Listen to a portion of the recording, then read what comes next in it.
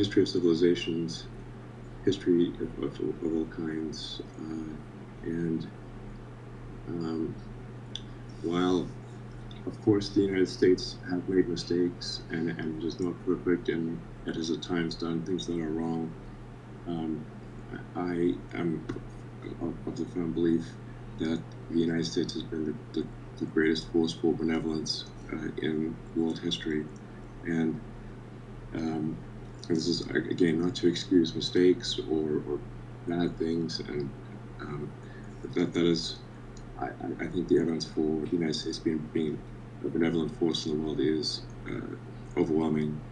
You look at things like you know the Marshall Plan after World War II. At the end of World War II, the United States had overwhelming military might. It had the nuclear bomb. The United States could have taken over the world. It could have acquired whatever countries it wanted, and yet it didn't do any of that. In fact, it gave money to the countries that had been fighting. I'm not sure if that has ever happened in history. It helped rebuild. The United States helped rebuild Germany and Japan. Helped rebuild Japan even after things like Pearl Harbor. I mean, this is one has to really. Maybe this has happened before in history, but I'm not aware of it. And so I'm very in favor of America. But again, it's not to say that we can't do better or we need to. We do want to do better. We want to maintain that. But anyway, so I'm a huge fan of it, and I don't. I also want to point out I don't have any sort of homes outside of the United States. I do not carry any other passport, and I will live and die here. Well, that's very, very moving and very, very admirable. And thank you for your service and commitment to our country, Elon.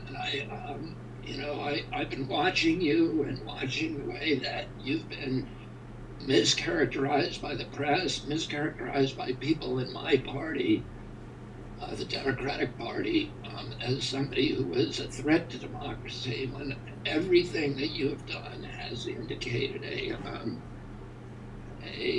you're just incredible commitment. During the revolution, we lost between 25,000 and 70,000 people during the revolution who died to give us our Constitution. And those people also put their livelihoods on the line. They put their property on the line. They put their financial status and their social status on the line. And in a way that, for principles. And, I've watched you do the same thing, and you've been such an example to other Americans of how we ought to be behaving, even if it costs us a lot of money. And even if the risks don't seem worth the personal risks don't seem worth it. You've done that, and you've done it without, having any kind of reputational benefit from it. You've been vilified for it. So I want to thank you there. I do want to ask you a question about, because I really started admiring you when I saw an interview that you did years ago, where you said that you said that we should be terrified of AI. That you said, I think I quote you this. You said first it's going to take our jobs and then it's going to kill us, and so and that felt like real honesty to me from somebody who is at the center of the tech industry and even working on AI stuff. And then I see what you're doing with Neuralink, and it seems to me that is a technology that could potentially be really horrifically denigrating to democracy and human freedoms if it's taking the wrong direction. So what are your thoughts about that? Well, with this Neuralink, first of all, it's important to appreciate Neuralink, which, for those who are unaware of it, is Neuralink is developing brain-to-computer interfaces to allow direct communication with the brain. The Neuralink will progress very slowly because anytime you have a device implanted in a human, the FDA requirements, I think, correctly, are extremely difficult, and you have to pass many hurdles to have that work. The first applications that we're talking about are simply enabling someone who is a quadriplegic or tetraplegic, someone who has lost the connection from their brain to their body, to be able to communicate. So you can imagine, say, if Stephen Hawking was able to communicate as well as someone with a fully functional body, that would be incredible. So for many years, the applications simply be to enable functionality that people have lost due to spinal or brain injuries. Long term, I think it has hopefully some chance of mitigating the artificial intelligence existential risk by enabling a closer symbiosis of AI and humans. And I certainly agree that this is not without risk. It's something we need to be very, very careful with how it's done. But I just do want to emphasize it's not going to happen suddenly. It'll happen very slowly. And at least looking at the advancement of artificial intelligence, I think we will probably have digital superintelligence before Neuralink is sufficiently advanced to have high bandwidth communication between your sort of cortex and the sort of the AI extension of yourself. But no question, we need to be extremely careful, and we will be extremely careful, and it will move slowly. So you'll definitely see it coming, and people have an opportunity to object and raise concerns and issues. And with Neuralink, we're also trying to be extremely open book, and so there's nothing hidden, and we are, like I said, audited extensively by the FDA. So now, with respect to artificial intelligence or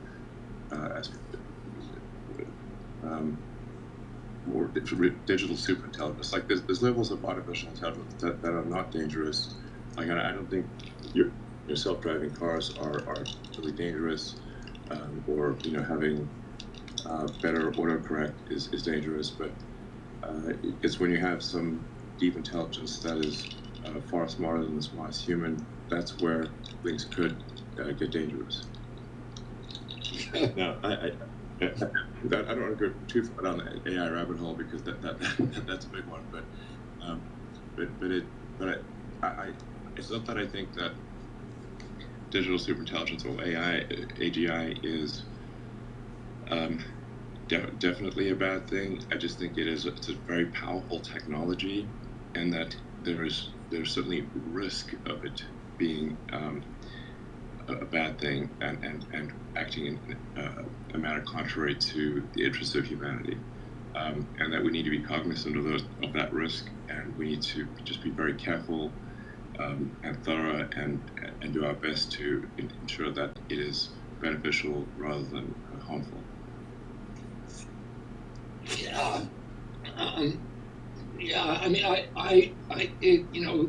if I do get in the White House, I think that's one of the things that I need to pay a lot of attention to, is how do we regulate this, and how do we bring in the people who are developing it, and immediately from all over the world, and figure out a way to regulate it, so so that it doesn't end up killing us all or enslaving us or whatever the heck it's going to do. But even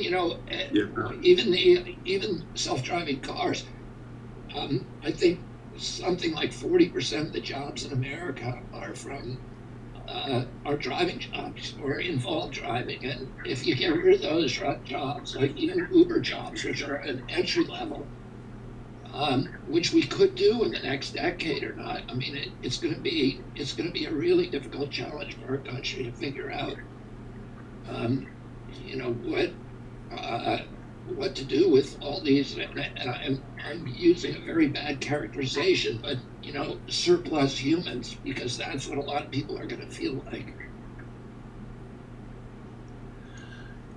Yeah, so I do think there is an avenue for, say, Uber drivers or drivers in general, in that there'll still be a need to manage and take care of a bunch of self-driving cars, almost like a shepherd tending their flock.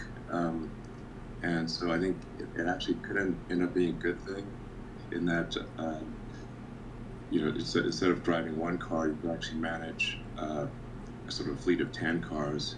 And I think that's good. I'm not suggesting that it will not result in disruption or changing of jobs. I'm just saying that self-driving is, I don't think it's an existential risk to civilization. And I think it will be, in my opinion, a significant net benefit. But I do believe that we should be critiqued. We should be asked these questions. I mean, in general, I aspire to take the set of actions that maximize the probability that the future will be good for humanity. That is not to say that I do not make mistakes. Obviously, I do, but that is at least the intention.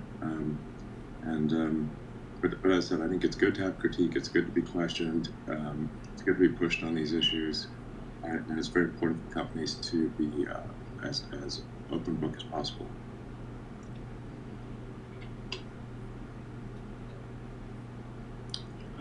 But actually, perhaps I think these are really interesting topics for people. But I think a lot of the public would love to hear about your presidential run. Well, I'd love to talk about it. Do we have any questions? Well, we have a bunch of questions. We can pull in. We have a few people we can pull in, and then we can pull in more as well. So Tulsi Gabbard's here, Balaji's here, Michael Schellenberger's here, Omid's here. Before we leave the censorship topic, Bobby, one thing you mentioned that you went over really quickly was that you were just reinstated to your Instagram account and that you've been locked out for 2 years. And I guess they had to reinstate you because there's a law requiring it when someone runs for president. So apparently the only way to get free speech in this country is to run for president. But the crazy thing is that people on your campaign were frozen out of their accounts. Apparently anyone who signed up with the Team Kennedy email domain was frozen. I guess they just got reinstated. Yeah. So I guess I just want to hear about that. And then following up on what Elon said about the intense pressure that Twitter is under from advertising boycotts, I want to bring in Schellenberger, who was one of the key authors on the Twitter files and has done a lot of work on what he calls the censorship industrial complex.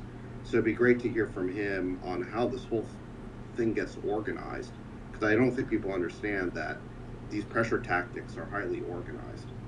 So I guess, Bobby, to you first, and then let's bring in Schellenberger. Yeah, so I was evicted from Instagram, I think in the summer of spring of 2021, I was evicted, and I had at the time, the day I was convicted, I had about $770,000. But I had been up to 900,000, and they would cut them back. Whenever I hit 900,000, they would cut them back to 800,000 or 700,000. So I was losing followers the whole time. And they said it was because I was promoting misinformation, but the term misinformation had nothing to do with, as we now know from the Twitter files and from the emails that Meta, at that time Facebook, that we've recovered from Facebook, And it had nothing to do with factual accuracy or inaccuracy. It was simply a euphemism for any statement that departed from the government orthodoxies and government proclamations would be characterized misinformation. And there's nothing on my Twitter feed that was factually inaccurate. Everything that we put up there, that I put up there, was cited and sourced to peer-reviewed publications or government databases. There's nothing on there that anybody's ever been able to point to, including Facebook. When I appealed, I tried to appeal, and we did a lengthy memo showing that I had never put up a single factual error in my post. But they wouldn't allow me to appeal. They had an appeal system, but they would not allow me to enter that system. And I feel confident I would have won, because the people that they actually selected as judges were a really good group of people. They were mainly law professors from universities around the world, and many of them were people I was acquainted with. And I was a law professor at that time. And I'm confident I would have gotten a fair hearing from them, so they wouldn't let me even into the appeals process. And then, as you point out, since I've declared for the presidency, now we have about 50 people working for the campaign. And each of those people had a Instagram handle which said, for example, my daughter-in-law Amarillo said teamkennedy.com. And they wanted to use that handle on their Twitter, on their Instagram accounts. And Instagram would send them, when they attempted to register, Instagram would send them a flag saying, "You've been suspended for 180 days." And so none of them were allowed on. And of course, that's illegal under it's called Section 413 of the Code of Federal Regulations, which regulates speech. It protects speech during presidential and other federal election campaigns. And but I think that Meta, and I don't want to, I don't want to be pointing the finger at Meta right now, because I think it's time for healing in this country. And I'm happy that I've been reinstated, and they gave me back all my old posts, and they gave me back all my old followers, which I didn't even know if they existed anymore. So I'm very, very happy with that. And the people that we've been working with at Meta have been, recently have been very, very cooperative, and they're now letting our people register. And I think it is, not everybody had the foresight of Elon Musk and Jack Dorsey of saying, okay, this was really wrong, and we're not going to put up with it, even if it costs us billions of dollars. A lot of Americans were living in fear, and they were doing things that they believed were proper and right at the time. And I think it's time that we focus on healing and bridging the divide. So I want to really thank Meta for reinstating me, and I hope this can be the beginning. I hope we learn something from that process, and that we can go forward and make sure that nothing like this ever happens in the United States of America again. Michael, do you want to jump in here? This might be a good time to talk about what you've learned. For what it's worth, I don't think... Yeah, that sounds great. Can you hear me okay, David? Yeah, I mean, for what it's worth, I don't think that Meta as a company wants to be censoring people. I just think that they're under incredible pressure and didn't stand up to that pressure. But Michael, can you speak to that? What you found?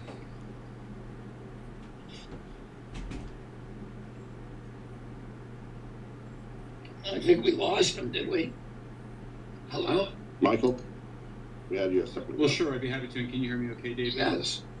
Yeah, we can hear. We can't hear him. Good. Well, thanks so much for having me, guys. And Mr. Kennedy, it's a real honor and a privilege to hear you speak. We don't agree on everything, but you're...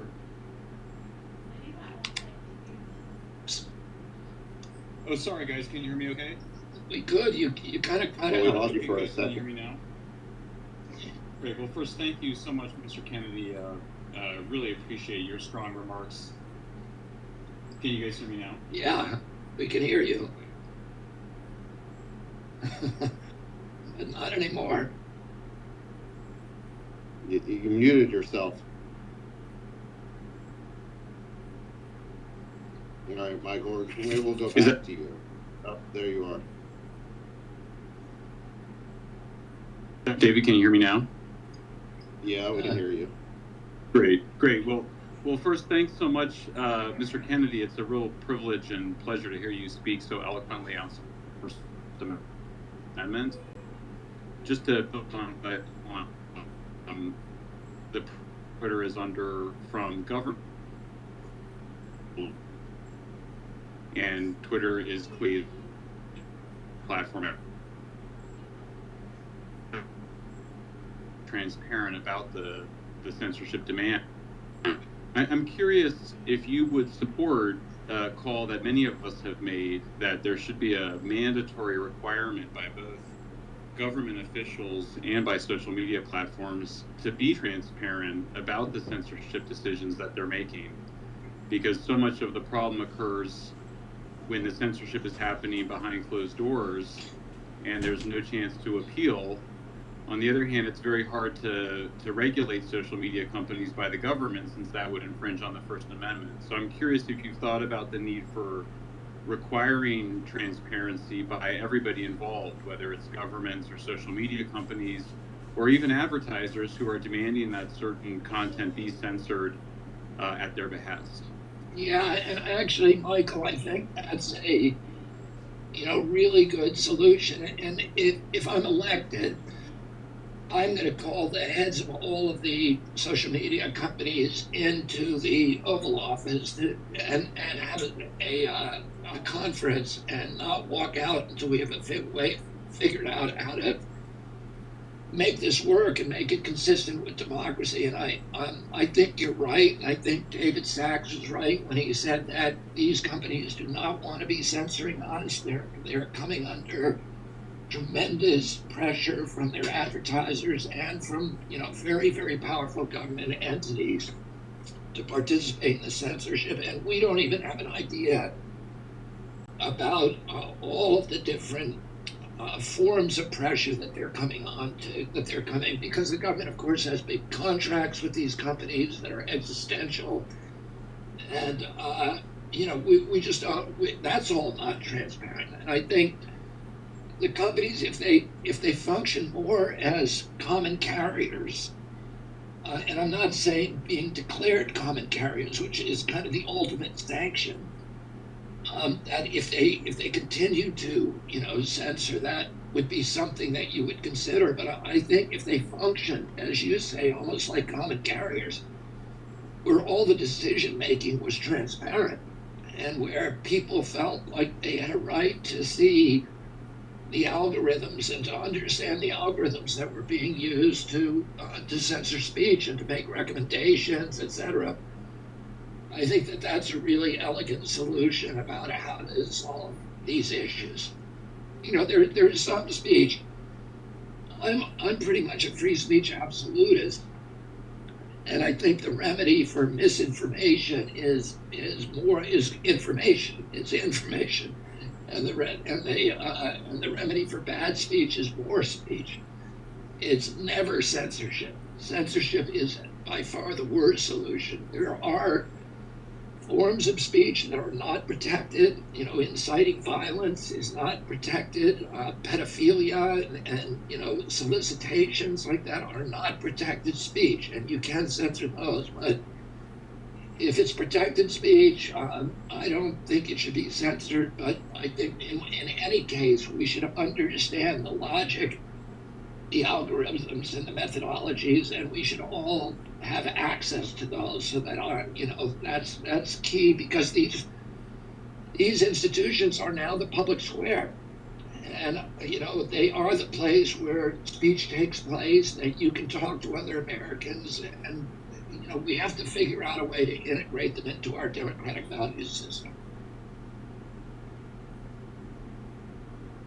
Well, that's really wonderful to hear. Thank you so much for that. It's a very strong endorsement of transparency, which is, I think, something that brings together people on the left and the right.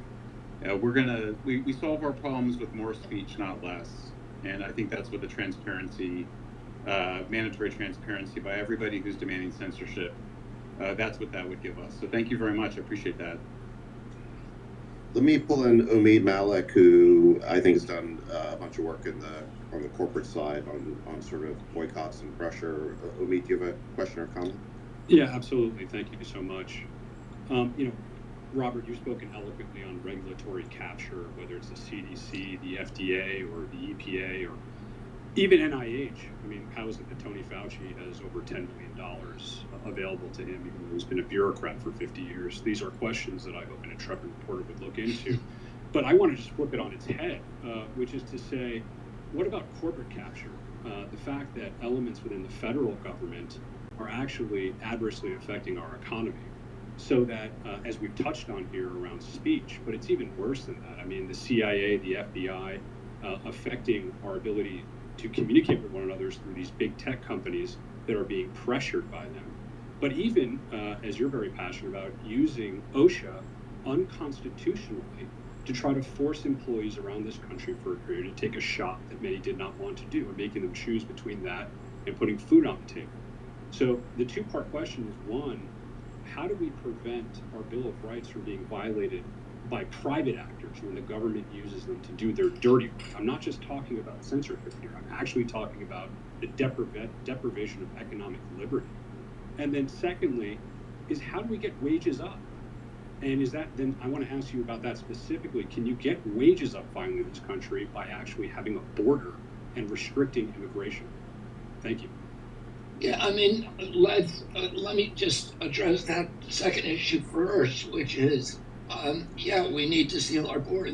The function, it is a key existential function for every nation in the world to be able to control immigration at its borders.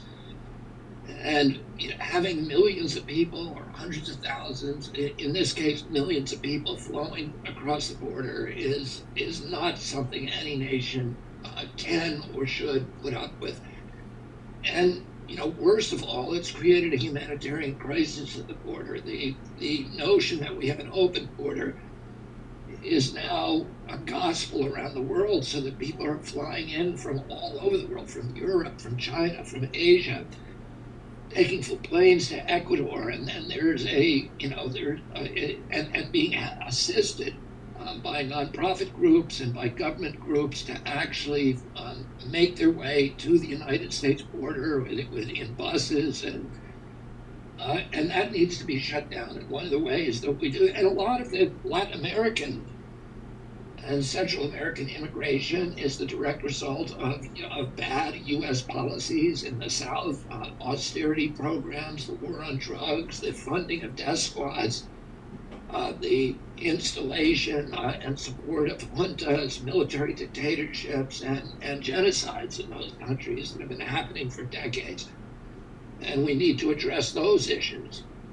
But above all, we need to seal the border. I'm actually going to the border tonight. I'm crossing the border, I think, around 3 o'clock in the morning into Mexico, and I'll be talking with people on both sides of the border and talking to the stakeholders. And over the next 3 days, be meeting with people from the Border Patrol and elsewhere to try to formulate policies that will seal the border permanently. And the flow of we have people in this country who are poverty stricken and who don't have access to, because the paucity of public assistance, don't even have access to public assistance. And we need to be protecting the people in this country, in our urban populations, rural populations. 57% of Americans could not put their hand on $1,000. If there's an emergency, we don't have the capacity to support a lot of new immigrants, this huge flood of new immigrants that's coming into our cities and stressing the school systems, stressing the social service systems for people who are already, for Americans who are already struggling. It needs to be turned off. And that's what I will do as president. I am going to imperviously make that border impervious. And there's other countries that have this issue. Israel has this issue with African populations, and using a variety of different technologies at their border, some fencing, but mainly technological surveillance, they've been able to shut it down. And we need to be doing the same thing. And as president, I will do that. I will also open up legal immigration so that the immigration that we do need, that's going to be beneficial to our country and economy, will continue. But we cannot have uncontrolled immigration at the border. In terms of the role of these agencies in compelling behavior from U.S. corporation, it is appalling. And as soon as I get into office, I'm going to issue an executive order forbidding the federal agencies, whether it's NIH, whether it's the CIA, the FBI, from participating in any efforts to censor speech by the American public or to compel other behavior from the American public that is not legally required. And that's what we saw during the pandemic. We saw it, in the vaccine mandates, and we saw it in the censorship of speech. And I will forbid that and make sure that it does not happen, at least during my term in office. Immediately, the first week I'm in office, I will sign that executive order. Thank you, and thank you, Elon and David, for hosting this. I also will close by saying it is somewhat ironic that the Democratic Party is not permitting democracy to occur within their own party and giving a platform to Robert to at least debate Joe Biden. Well, that's an interesting point. Let me pull Tulsi into the conversation here. Tulsi's former Democratic congresswoman, who I believe is now an independent. I actually have a question for both of you guys about the evolution of the Democratic Party. Bobby, the Democratic Party of your father was the party of peace over war, the party of free speech over censorship, the party of civil liberties over the surveillance state. And today, you're perhaps the only prominent Democrat who is taking that sort of dissenting side on those issues. Tulsi, I think you feel the same on those issues too. I guess my question is, what happened to the Democratic Party? To be sure, many of these afflictions are bipartisan, but there used to be a very conspicuous wing in the Democratic Party to oppose these things, and it seems like there isn't anymore. So I guess my question for both of you is, what happened and can it be fixed? I mean, I'll just answer briefly, and then I'd love to hear Tulsi's answer. I watched this happen to the Democratic Party. I watched some of this happen. I mean, I think the Democratic Party became the party of war. I attribute that directly to President Biden, because President Biden is always, although I've always liked him, the one part of him that I did not like is that he's always been a very, very in favor, very bellicose, pugnacious, and aggressive foreign policy, and he believes that violence is a legitimate political tool for achieving America's objectives abroad, and that in many cases it's the first and most prominent tool that the federal government used. During the Iraq War, when my uncle was fighting against that war, Joe Biden in the Democratic Party, more than any other senator, was the man who was promoting that war, and I think that's one of the reasons he got the support of the neocons. And all of these, the neocons, for people who don't know what the neocons are, that were called neoconservatives, but they were a group of people who had departed from both the Republican and Democratic parties after the defeat of the Soviet, after the collapse of the Berlin Wall and the collapse of the Soviet Union. There were a group of people who prominent intellectuals who took the position that America had won the Cold War, and that as victors we should enjoy the spoils, and they published a plan called a Project for a New American Century that essentially argued that America should use its military domination, its military superiority now as the only superpower to impose an American hegemony, an American control, to use violence to impose American control of all the countries in the world. And that group, I think 22 of those leaders ended up in the State Department and White House during the George W. Bush's administration. They orchestrated the war. They had a plan for 7 wars that we would fight very quickly in order to defeat all of our non-compliant countries in the Mideast, beginning with Iraq, and they launched the first preemptive war in American history, a war against a country that never did anything to our country. As I've pointed out, there was $8 trillion that war cost us, that war and its aftermath in Libya and Syria and Yemen and Afghanistan and Pakistan. It cost us $8 trillion, and we got nothing. Iraq ended up in a worse place than we found it. We killed more Iraqis than Saddam Hussein. We killed almost 1 million Iraqis. We pushed Iraq into becoming a proxy to Iran, which was the foreign policy outcome that we have been trying to avoid for 40 years. We created ISIS. We drove 2 million refugees into Europe, which destabilized all the democracies in Europe probably for 2 generations, and ended up with Brexit. That's what we got for the $8 trillion. And as a result of that cataclysm, politically in the United States, it became untenable to be a neocon. They were in disgrace. They were exiled from all political parties. But somehow they got back into the Biden White House. And people like Victoria Nuland, whose husband Robert Kagan was the author of the Project for the Newest American Century, ended up running foreign policy. Avril Haines and Anthony Blinken ended up running this very belligerent foreign policy that we're now dealing with. On the medical side, I watched what happened.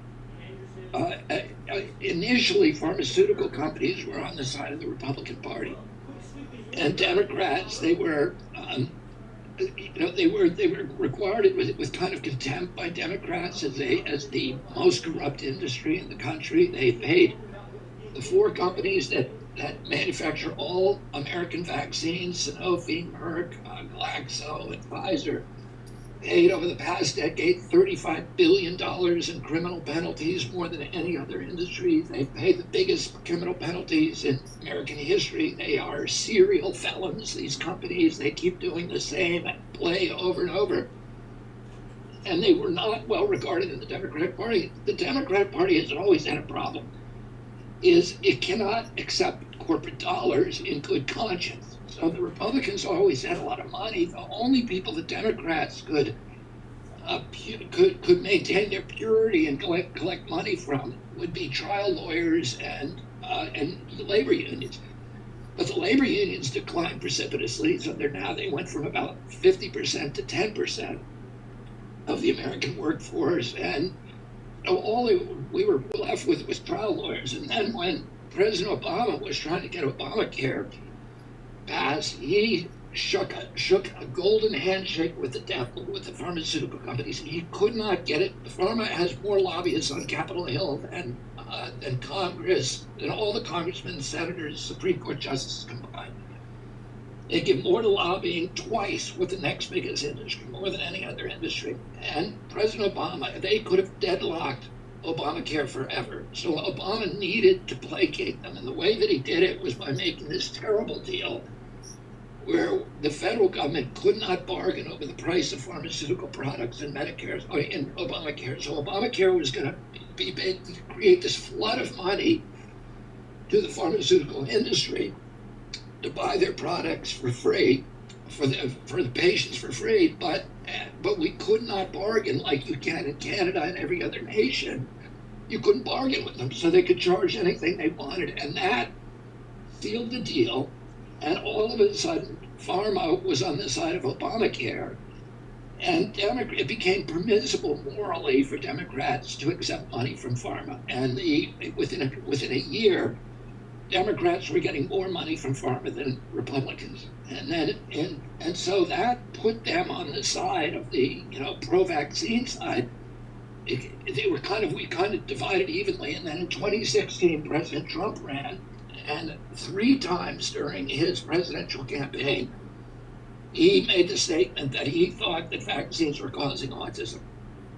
And that created that issue then became part of the culture war. It became part of the cultural divide. Democrats put that issue into the same anti-science dumpster as President Trump's climate denial. And it became now a badge of your party, of your tribe. And if you ask questions about vaccines, you were a Trump Republican. And if you had just a religious belief in their efficacy and safety that could not be questioned, you were a Democrat. And so I watched that all happen, all that play out, and watched the Democrats slowly become these pro-corporate, pro-war, pro-censorship Republican, what had once been Republicans, and the Republicans then became anti-censorship, pro-civil liberties, anti-war, and there's been this tremendous realignment. And I talked more than I wanted to because I really want to hear from Tulsi and hear her take on it. Thanks, Bobby, and thanks for the question, David. Look, so much of what you said is what drove me to leave the Democratic Party. I wasn't born into a family of Democrats. My parents, frankly, were pretty independent-minded people, and so when I first ran for the a seat in the State House of Representatives in Hawaii 20 years ago, I had to decide, which party I wanted to join. And as I made that decision, I was inspired by leaders within the Democratic Party, frankly, Bobby, people like your father and your uncle, people like Martin Luther King Jr., Democratic leaders in Hawaii who had gone to the mat for the plantation workers who were people from Hawaii, people from across Asia, immigrants from around the world. It was Democratic leaders who came in and fought for their rights to be able to be treated, frankly, like human beings, and be set free from the oppressive landowners that were Republican in Hawaii at that time. And so the ideals of freedom and civil liberties and a big tent inclusive Democratic Party that welcomed people from all backgrounds and different ideas was really attractive to me, and was why I joined the Democratic Party. But fast forward to where we are today, as you said, Bobby, I mean, today's Democratic Party is a party that is under the complete control of this elitist cabal of warmongers. Not only is it being led by warmongers, but we have a situation now where, as we saw last fall, where the Congressional Progressive Caucus, they had the audacity to release a public letter to President Biden very gently, very, very gently, and with a lot of flowery words, calling for diplomacy and for him to lead a diplomatic effort to end the war between Russia and Ukraine. And within 24 hours, they retracted the letter and essentially were cowering in the corner. We can imagine the kind of pressure that they were under to do that, and the kind of public criticism that they received for daring to call for peace. So the voices for peace within the Democratic Party have been silenced. Rather than this big tent inclusive Democratic Party, we now have party leaders who are focusing their efforts on dividing us, on racializing every issue, using identity politics to gain a few political points and votes, undermining fundamental freedoms, freedom of speech, advocating censorship, not only advocating for it, but trying to create government entities in order to shut us up, weaponizing the national security state to go after political opponents. The principles and ideals that the Democratic Party stands for today are directly counter to those that are fundamental and foundational to this country. And now we're at a point where President Biden has most dangerously dragged us essentially to the brink of nuclear war. And that's where, Bobby, I'd love to ask you a question in this realm, in this vein of foreign policy, given the realities that we're facing, given, we're increasingly hearing a lot of politicians, Republicans and Democrats, frankly, including President Biden, who are actively and aggressively calling for a complete decoupling of the United States and China's economies. The Biden administration is actively and moving forward quickly in this direction. Elon, you recently talked about how the United States and China's interests are intertwined like conjoined twins. I think really making the point that this act of decoupling our economies would essentially be like ripping apart conjoined twins, implying the catastrophic consequences that would occur as a result for both of these countries and the world.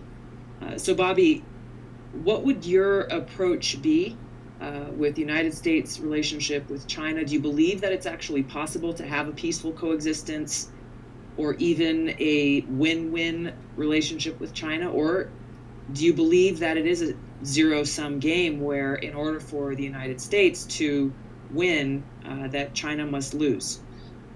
Yeah, I think that's a great question, Tulsi. And my my approach to that would be, let's recognize the reality that China is a very ambitious nation, and that it does want to compete for us for influence in the world.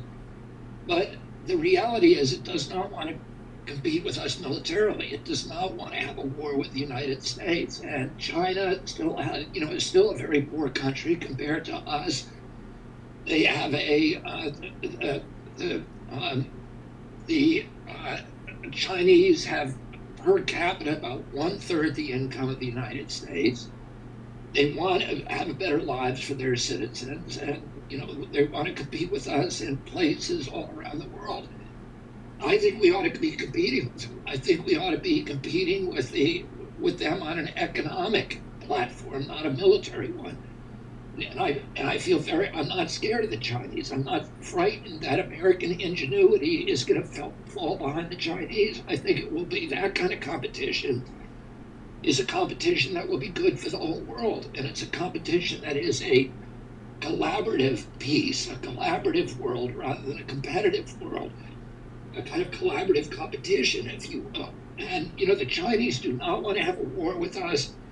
We spend more on our military. We're now spending $1.3 trillion a year on military, including veterans benefits, which you can't cut back. But, we were told after the Cold War ended that we were going to get a peace dividend, and we were going to cut our military budget back to $200 billion a year. Instead, we've got it at $1.3 billion a year if you include, veterans benefits and national security. And we never got that peace dividend. So we now spend more on our military than the top 10 next nations in the world. We spend 3 times. We have 3 times the military budget of the Chinese.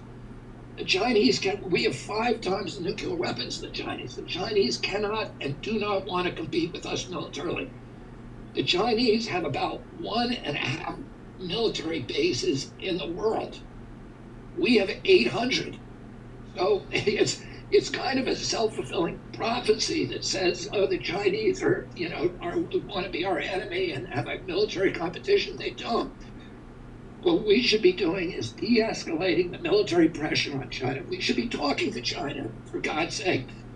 We haven't had a meeting with China in 5 years.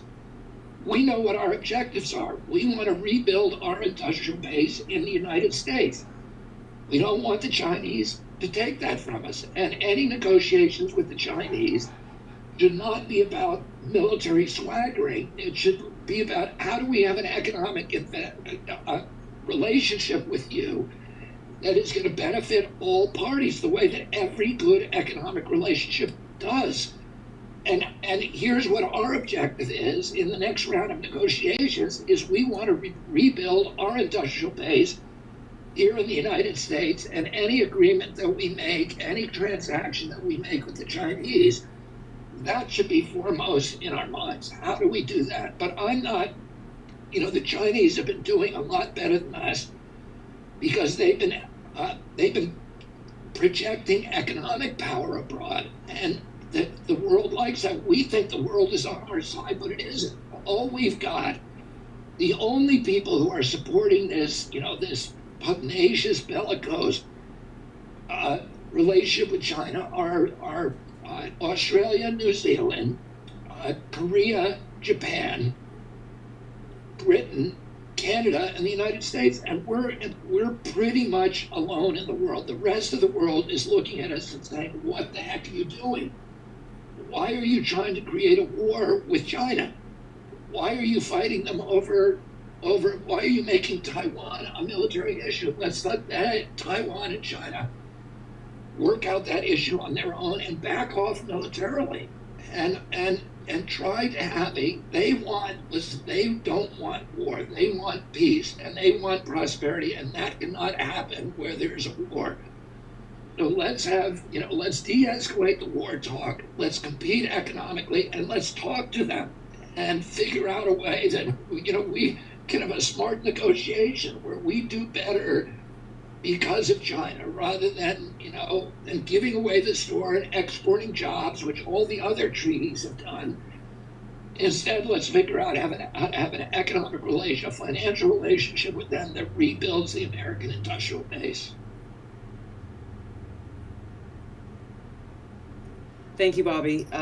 This is such an obviously this issue and the broader issue of foreign policy is central to any presidential race, and it's unfortunate that traditionally, as we've seen, these issues are very rarely given the kind of attention they deserve, and yet again, this is exactly why there should be presidential primary debates for the sake of the American people, to have a clear choice, a clear informed choice on who they would like to see as our president and commander-in-chief. Thank you for sharing your insight, and thank you, Elon and David, for hosting this important conversation. And Tulsi, we haven't had a serious economic meeting, even a political meeting with the Chinese since 2015, 7 years. The CIA director, Bill Burns, recently went over there to meet with the Chinese, but that's not the kind of meeting. We need to have a real political and economic discussion with them, and that is frank, and that where everybody puts their cards on the table, and to see if there's ways that we can work with each other peacefully and keep the world at peace. Why in the world would we go? And this is on President Biden. President Biden has forbidden his State Department, which are run by neocons, has forbidden any kind of talks or outreach to the Chinese.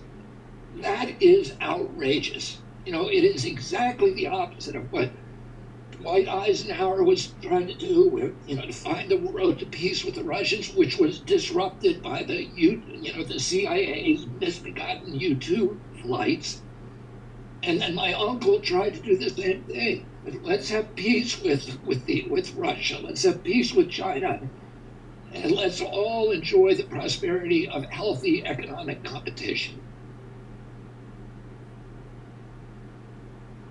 Well said, Bobby. Thank you. It's actually something that is worth noting is that on my recent trip to China, I with the senior leadership there,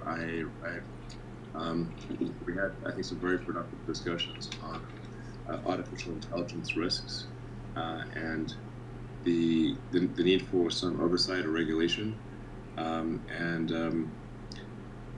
My understanding from those conversations is that China will be initiating AI regulation in China. So that was those were very promising discussions, I pointed out that if there is a digital superintelligence that is overwhelmingly powerful developed in China, it is actually a risk to the sovereignty of the Chinese government, and I think they took that concern to heart. Yeah, I mean, I love you saying that because it makes us understand that no matter how you feel about China, if we are not able to negotiate with our adversaries on issues like that, there are now existential threats. And it's not just AI, it's these bioweapons development where, we have these labs now all over the world, in Ukraine, etc., that are developing all kinds of hideous bioweapons, and including, ethnic bioweapons that kill people from certain races, etc., that are designed to do that, and they already have them. And um, and they're ready to escape.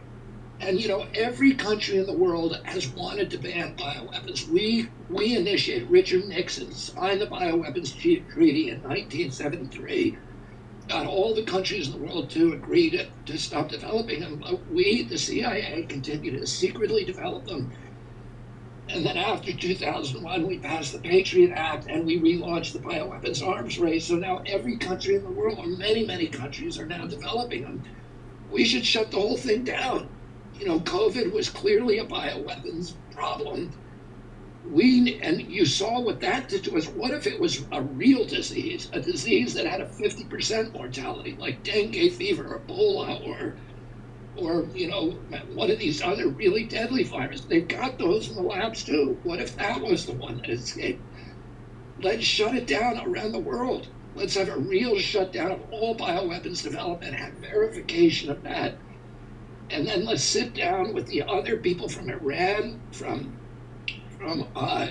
Israel, from Russia and China, and talk about AI, okay, and make sure that one country does not develop a weapon that is going to kill all the rest of us.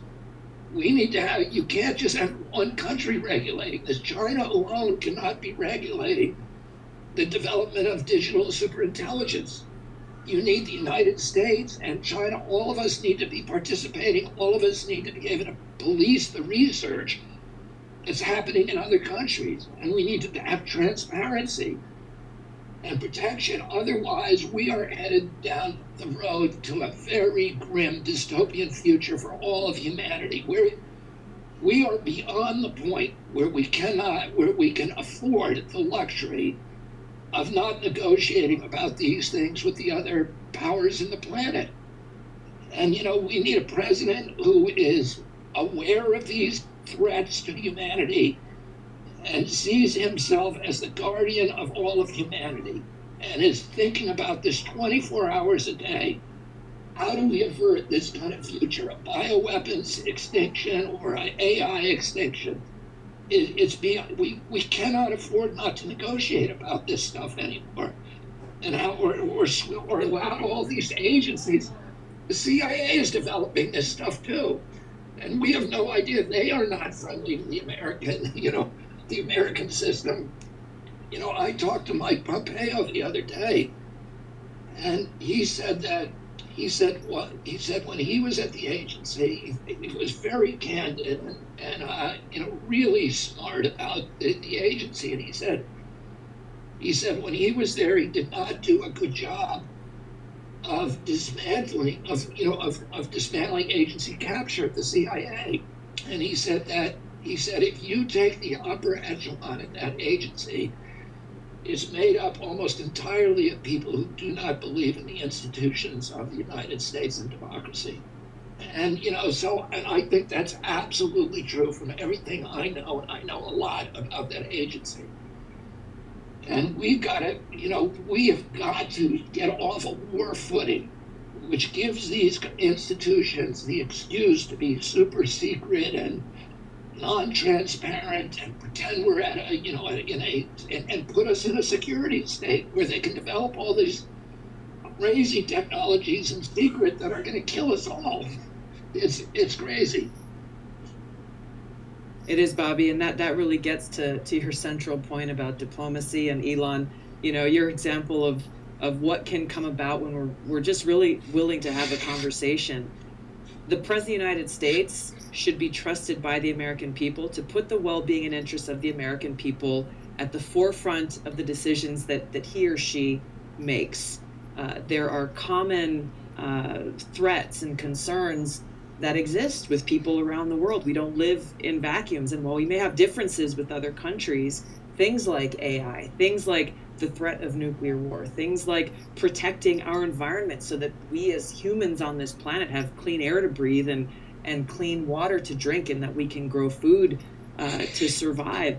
You mentioned the bioweapons. There are so many different challenges that we must address together, and we need a leader who recognizes that and puts those interests in the well-being of the people ahead of the whole cabal of special interests that you've talked about.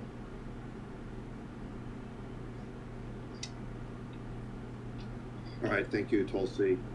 By the way, Bobby, I think probably the most surreal moment of the entire Ukraine war so far has been when Victoria Nuland was testifying before Congress and admitted that there was a secret network of biolabs in Ukraine who contained materials that were so potentially dangerous that she was worried about them falling into Russian hands. Yeah, and after the media had been characterizing that fact as Russian disinformation for weeks, and punishing those of us who were saying, yeah, this is what's happening. And then Victoria Nuland gets in front of Congress and gets a free question from Marco Rubio, and actually is under oath and answers it honestly and says, yeah, we got bioweapons labs there, and we're really scared the Russians are going to get in there and get our stuff. It was so weird, because why in the world would we have biolabs there? It's just so strange. The media continued to pile on, by the way, even after she testified and answered Marco Rubio's question. Honestly, I cited her quote in some statements I made, agreeing with you, Bob.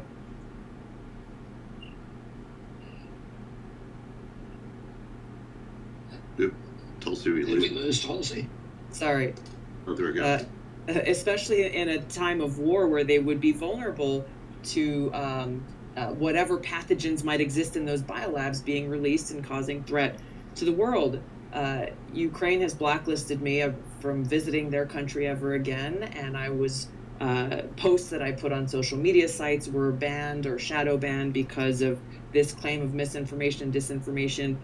News outlets across the country criticized me of spreading misinformation, disinformation, even when I cited the DoD website that stated this as fact. I think it just shows, even when they speak the truth, they're apparently afraid of the truth and want to be able to continue what they're doing, no matter the risk. Does Ukraine have a free press, out of curiosity? No way. No. Oh, okay. Just wanted to confirm that. Sorry. Okay. Well, there was an article just today in Semaphore, of all places, talking about how media has to be licensed by the government there and basically gets cut. Well, that's exactly right. It's take. And then separately, talk about embarrassing revelations. The New York Times today has a story about how pesky Nazi insignias keep turning up on the uniforms of Ukrainian army members, and then they have to keep censoring photos so that these things don't appear in the press.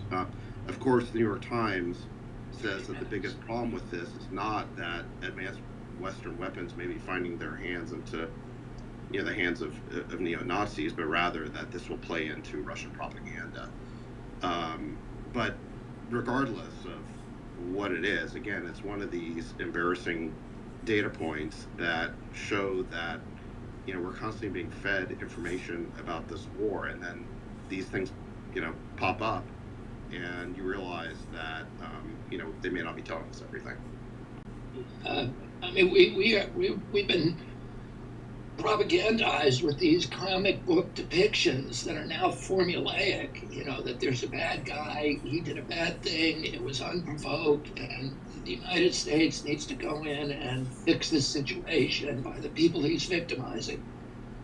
And, it's such a good testimony to the American people that, that they that they're willing to make those sacrifices, I think in some cases of our children, of our fortune, to go in and help other countries. But the problem is we're being victimized too by our own agencies, which are leaving out the contextual information, which are leaving out the nuance, which are leaving out the entire history, in this case, of U.S. provocations, which brought us and also brought Ukraine into a war that is not helping Ukraine. I mean, Ukraine has now lost probably 350,000 kids, and they are in much worse position than when they began, when they, in February 2014, in 2019, they could have signed the Minsk Accords and kept Donbass and had nobody killed,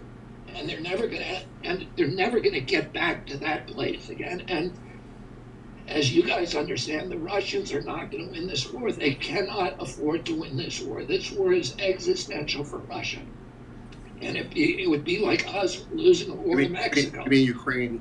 You mean Ukraine can't? Ukraine. I'm sorry, Ukraine. Yeah, I'm sorry, Ukraine cannot win this war. And they're now. It's unclear what the death ratio is, but there's credible information that they are suffering deaths that are 7 deaths for every 1 Russian killed. And we've turned this country into this, into a slaughterhouse of the flower of Ukrainian youth to benefit the geopolitical ambitions of these, of the U.S. neocons who want to exhaust the Russian army and exercise regime change over Vladimir Putin, and Ukraine is a victim in this war. It's a proxy war. It's a victim of Russia. Yes, it was an illegal invasion and a brutal invasion that could have been avoided by Vladimir Putin. But they're almost equally at least, a victim of U.S. policies and the ambitions of the aspirations of the neocons who wanted to get into this war no matter what. I think the war was easily avoidable if we had been willing to use diplomacy and basically give a written guarantee to the Russians that Ukraine would not become part of NATO. That is what they were demanding in December of 2021 in a written ultimatum to the White House. It's what they were explicitly with our Secretary of State in January of 2022.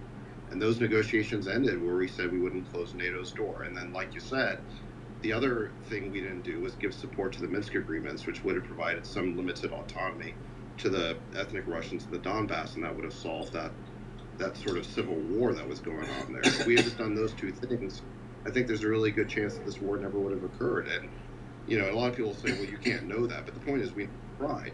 We never tried taking NATO off the table. We never tried giving our support to the Minsk agreements. Yeah, and there's a big question because Zelensky ran in 2019 on a peace platform. And I've pointed out before that, he's a comedian and an actor, which I'm not saying in a disparaging way because my wife is also both of those things. But I say that because he had no involvement in politics. And yet he won in this huge landslide with 70% of the vote because he was running on a peace platform with the promise that he would sign the Minsk Accords and settle this. And the Minsk Accords did the same thing that ultimatum did, which is they said NATO will forever keep out of Ukraine, and that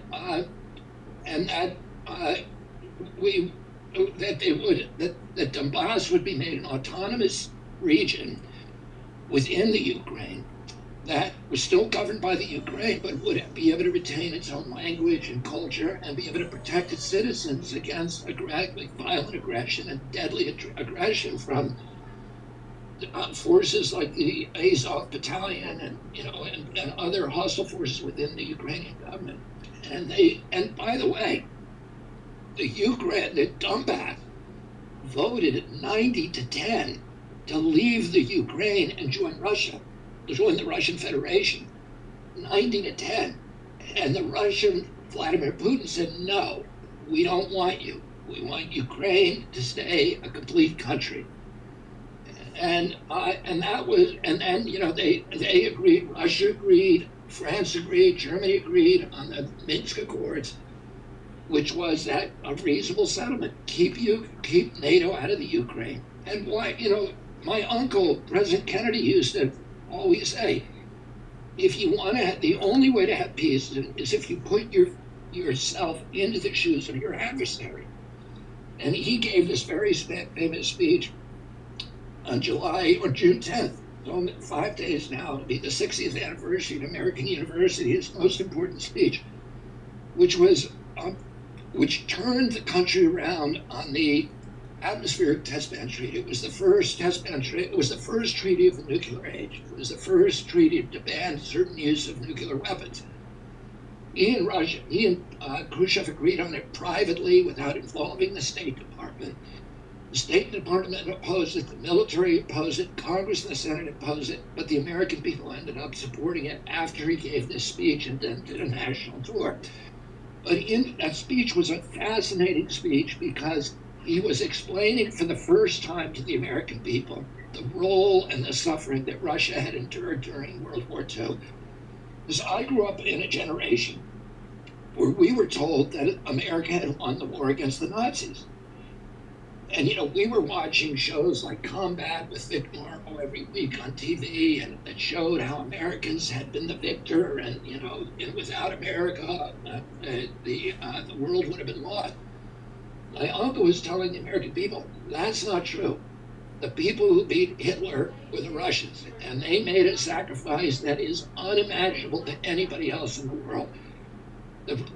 Hitler invaded Russia through the Ukraine, and then killed 1 out of every 7 Russians and leveled the nation, 1/3 of the nation. My uncle, went during that speech, he said, imagine if all of the American continent, the continental United States, was reduced to rubble between the East Coast and Chicago. That's what happened to Russia.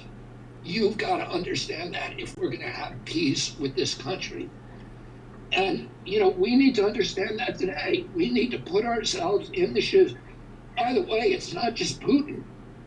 The Russian leadership back in the 90s said, in 92, they made an agreement. They said, we will pull our troops, our 400,000 troops, out of East Germany, and we will turn East Germany over to a hostile army, the NATO army.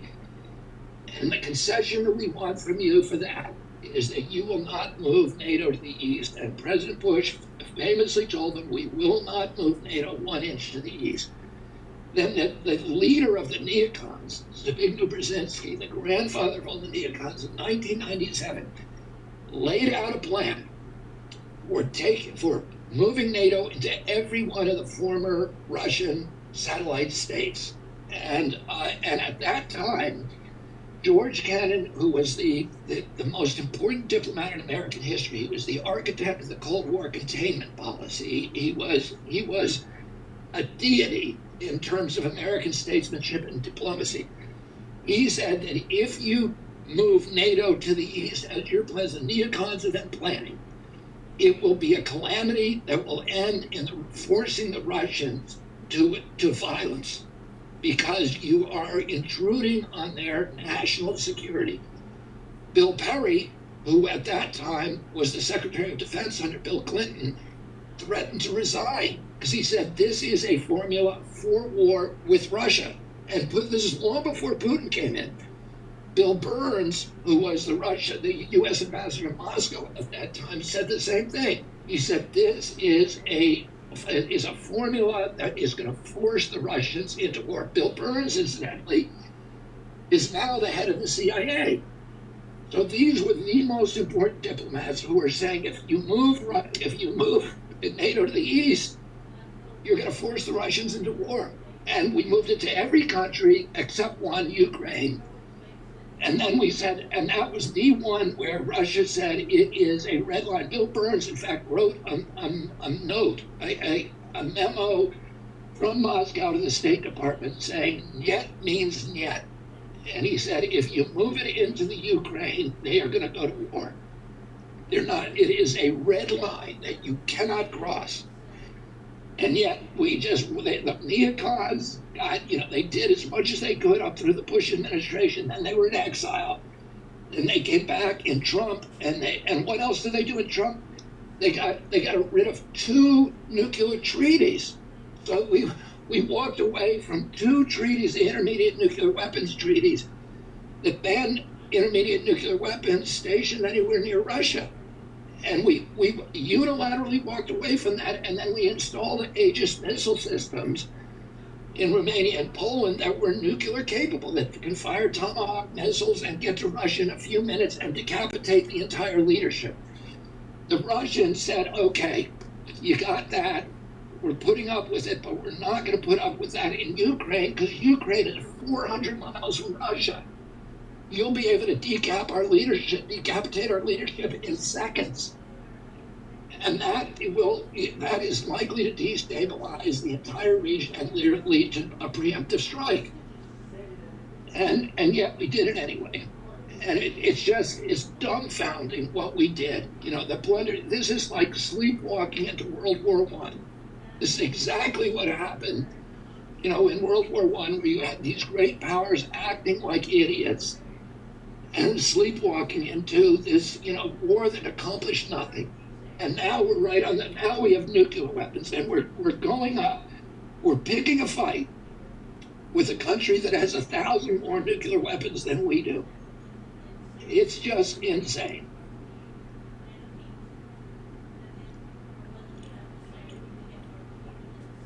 Elon, did you want to comment there? I just saw you went off mute. Sorry, just I share a lot of these concerns, I